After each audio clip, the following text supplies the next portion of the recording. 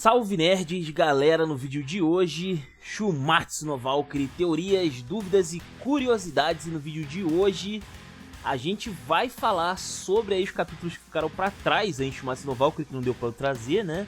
Que foram os capítulos 60, 61, 61 parte 2 e 62, beleza? Então vamos lá, sem maiores enrolações, vamos embora pro vídeo, vai? Eu vou abordar aqui os temas mais importantes, por assim dizer, vai? De cada capítulo. Começando aqui pelo capítulo 60, que nós tivemos aqui duas coisas, né? Primeiro que o capítulo em si, ele tem a função de mostrar a moral que o Qin Shi Huang tem, né? Que não é pouco. O cara já tinha uma moral absurda ali entre os humanos, e com os deuses a coisa meio que também ficou, né? Ele tem respeito de ambas as partes praticamente ali, com as habilidades que ele está demonstrando. O esforço dele está sendo apreciado, vai. O próprio Zeus, inclusive, reconhece ele como um cara maneiro, né? E é interessante o Zeus tá dando essa moral aqui pro Qin. Por quê? Porque a gente lembra que ele praticamente respeitava muito quem? O Adão, né? O Adão, tipo, ele teve que sofrer na pele, né? Os golpes do Adão pra respeitar o cara. Já no caso do Qin, ele tá só vendo. E isso já tá sendo suficiente para ele ficar bastante admirado ali com o que o Qin Shi Huang é capaz de fazer, né, com o esforço dele. Isso foi bem legal.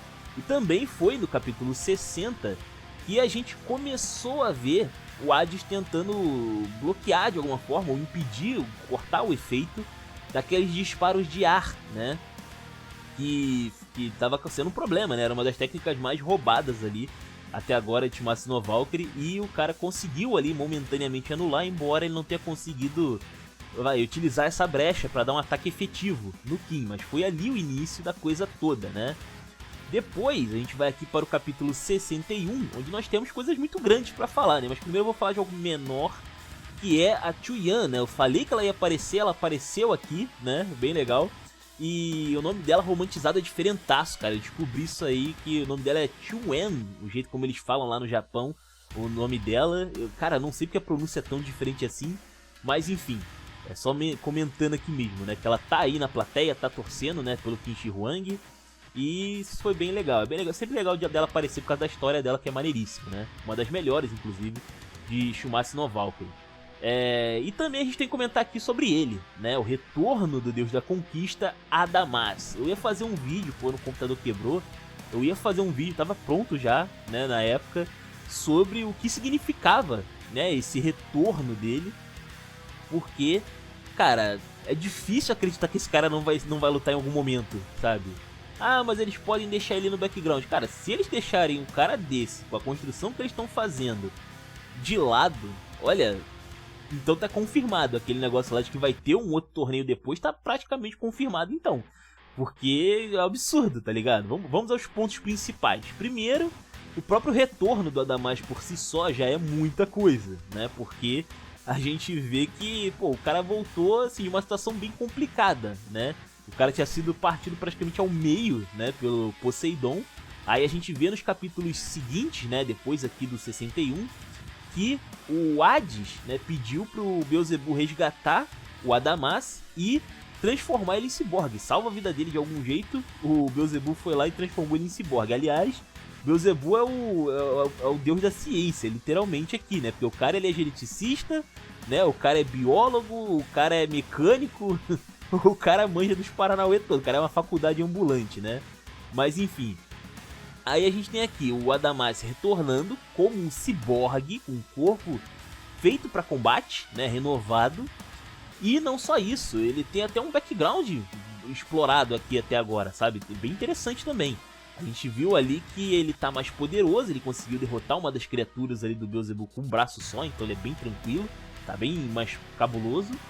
E também a gente vê que ele mudou, né? Ele não é mais o Deus da Conquista Adamas, ele mudou o nome e também a função dele aparentemente, né? A função a gente não tem exatamente o que ele faz, mas ele tá imperando lá no Hellion também junto com o Hades, né? Então ele é uma daquelas patotas que estão lá no Hellion aprontando outras confusões, né? E ele virou agora o Adamantino, né? Que eu acho muito interessante esse nome, porque tem tudo a ver com o que ele está sendo agora, né? Porque o Adamantino, ele é um metal mitológico que ele tem como característica, né, a principal característica dele é dele ser extremamente resistente. Tem várias histórias na mitologia grega sobre ferramentas e coisas que são feitas de adamantino que são praticamente indestrutíveis, vai. Basicamente é isso, é difícil de quebrar um negócio desse. E aí, isso tem tudo a ver com o fato do Adamás realmente poder ser utilizado, né? Porque se ele é um deus com o nome adamantino, pô, é focado em resistência, então a gente deve ver essa resistência em algum momento, sabe? A gente deve ter um pouco desse poder dele sendo demonstrado em combate, sabe? Então tá bem encaminhado que ele deve lutar em algum momento. Se ele não lutar no torneio, então tá confirmadaço pra mim aí que vai ter uma continuação dessa história toda, sabe? Parece bastante. Acho que pra não ter continuação, sei lá, só se o mangá flopar, sacou? E aí a editora fala, não dá continuação não, fecha aí mesmo e acabou. Mas, pô, só assim, cara, não vejo como os caras podem simplesmente deixar de lado, sabe? Não continuar a história toda depois do que tá se encaminhando aqui. Enfim. Além disso, o que mais que a gente teve também? A gente teve também o capítulo 61 parte 2, né?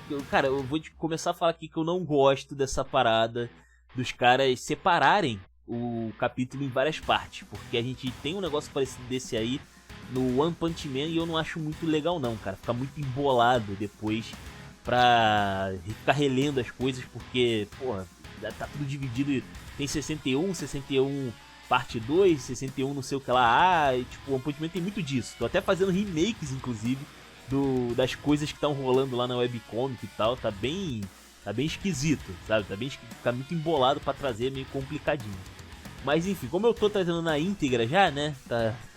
aqui ainda tá dando pra trazer, porque só tem essa parada aqui, só teve essa divisão basicamente. Mas ok.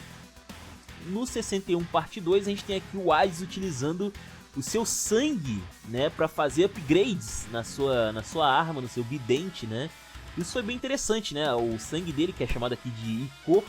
Esse Ichor, na verdade, ele é referente a qualquer sangue divino, na verdade, né? Na mitologia grega, principalmente, o sangue dos deuses, eles são, ou até das criaturas míticas, inclusive, eles são muito especiais, né? Eles podem ser utilizados ali de diversas maneiras, né? A gente já viu, por exemplo, que a ambrosia, né? Que é o sangue lá dos Zeus, que fez o Hércules, né? Aqui em Shumatsu no Valkyrie.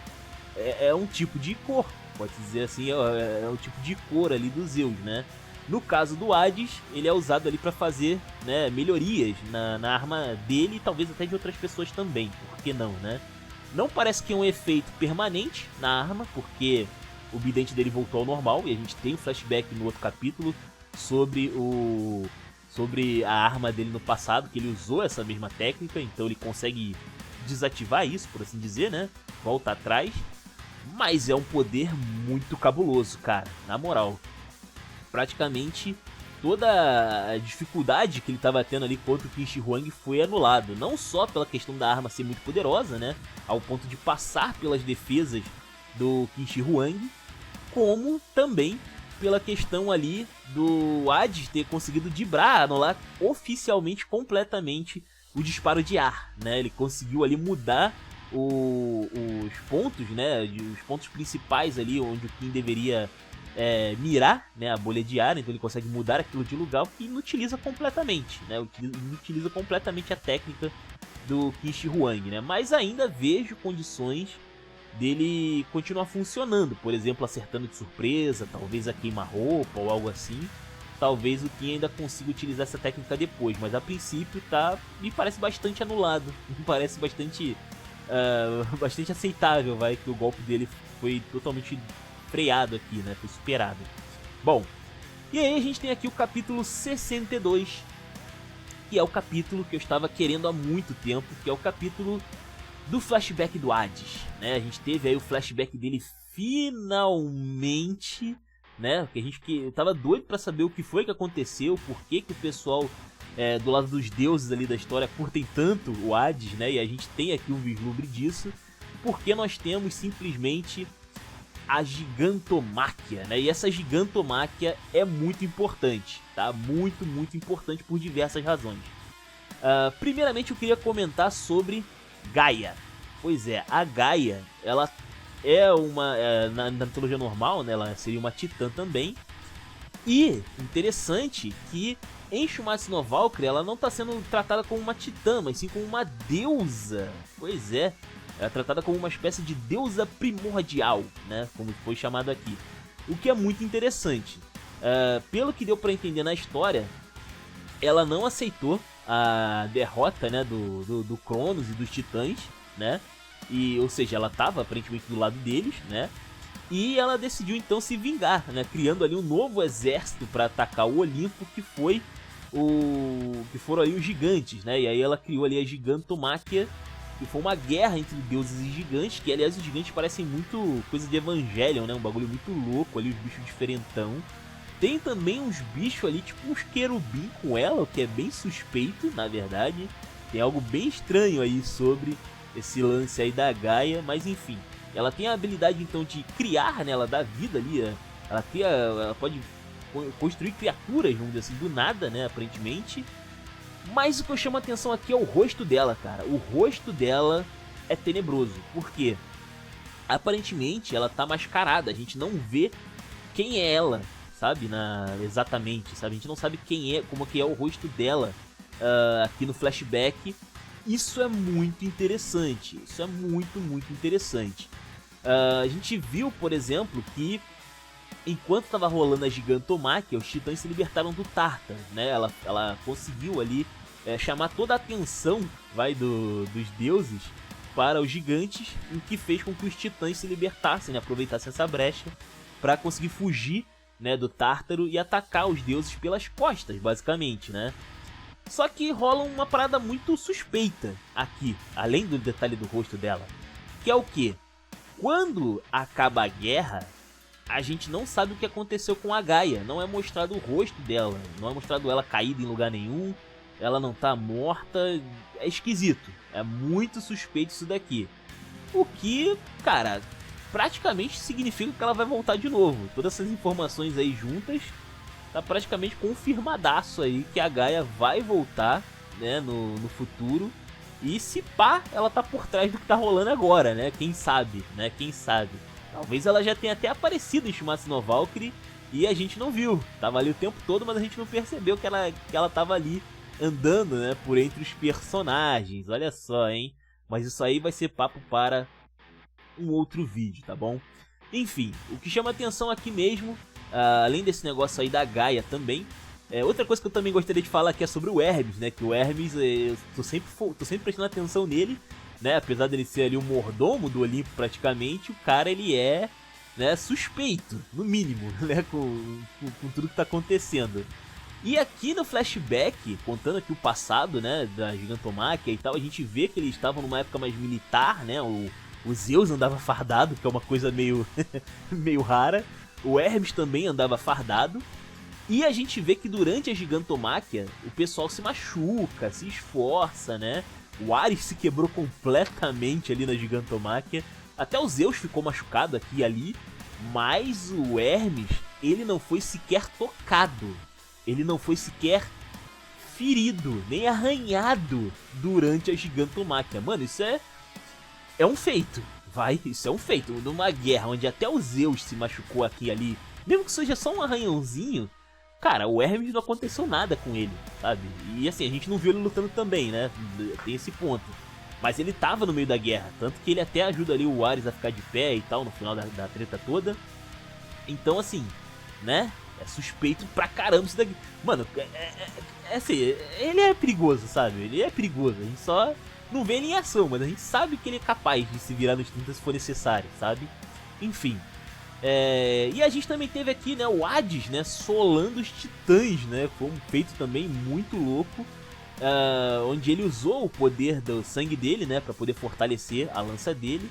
E ele partiu ali, né, enquanto os deuses estavam lutando com quase todas as forças ali contra os gigantes. Ele ficou para trás sozinho para solar os titãs, por isso que não teve o ataque da retaguarda, né? Por causa do Hades sozinho. Isso foi bem maneiro. Mais maneiro ainda que veio depois, que foi o Poseidon respeitando o Hades pelo feito dele. Isso foi maneiro pra caramba, meu amigo. Isso foi maneiro pra caramba. Por quê?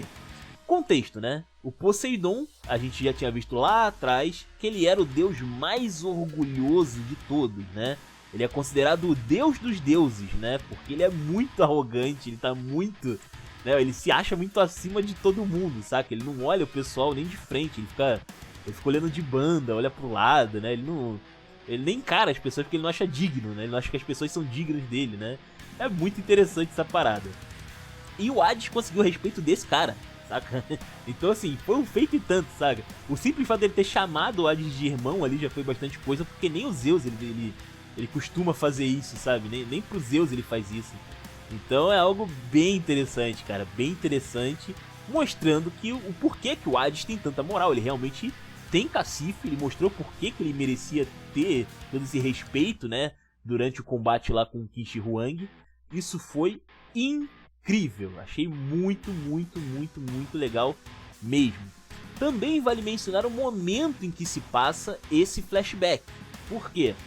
A gente tá vendo aqui que o Adamais ainda estava vivo, ainda estava inteiro, né? Ele não tinha tomado aquela surra frente ao Poseidon. E a gente vê que os titãs e os gigantes, eles ainda estavam tanto separados, né? Mas, conforme a gente foi vendo nos flashbacks de outros personagens lá de Shumatsu no Valkyrie, tanto os gigantes quanto os titãs, eles ainda apareciam aqui e ali na história depois, né? Eles ainda existem aqui e ali, e talvez eles ainda estejam vivos, né? Porque talvez a Gaia ainda esteja viva. É um questionamento, né? E fora que nem todos os titãs e gigantes foram mortos, né? Mesmo depois dessas guerras, né, que rolaram aqui, ainda assim ainda tem um ou outro titã, um ou outro gigante por aí, né? Então a gente tem que ficar de olho porque essa galera pode voltar a causar problema. E principalmente a Gaia, né? A Gaia pode voltar a causar problema, né? Também vale mencionar no capítulo 62 que o Adamais se revelou, né? Ele se revelou ali para os deuses e a gente vê que eles já sabiam, né? Pelo menos alguns já sabiam, né? O Zeus sabia, o Hermes sabia porque o Hades pediu pro Hermes resgatar o Adamais depois da surra que ele levou do Poseidon, e ele também tinha pedido pro Beelzebub consertar, né, o Adamais ali, né, transformar ele em ciborgue praticamente. Foi bem doido. Então, assim, é suspeito pra caramba isso daí. Mais um indício de que talvez o Adamais venha a ser utilizado aí para combate, tá bom? É isso, acho que esses são os pontos principais que eu queria falar aqui sobre Shumatsu no Valkyrie, que eu tava devendo pra caramba, né? Bom, tô gravando esse vídeo aqui dia 24, dia 25 deve estar saindo os spoilers, né, do capítulo 63, e eu espero poder trazer aí pra vocês rapidinho, beleza? É isso, espero que vocês tenham gostado, comentem aí os comentários de vocês, se inscrevam, compartilhem Taverna do Bacon, link na descrição, vou ficando por aqui. Valeu, nerds, fui!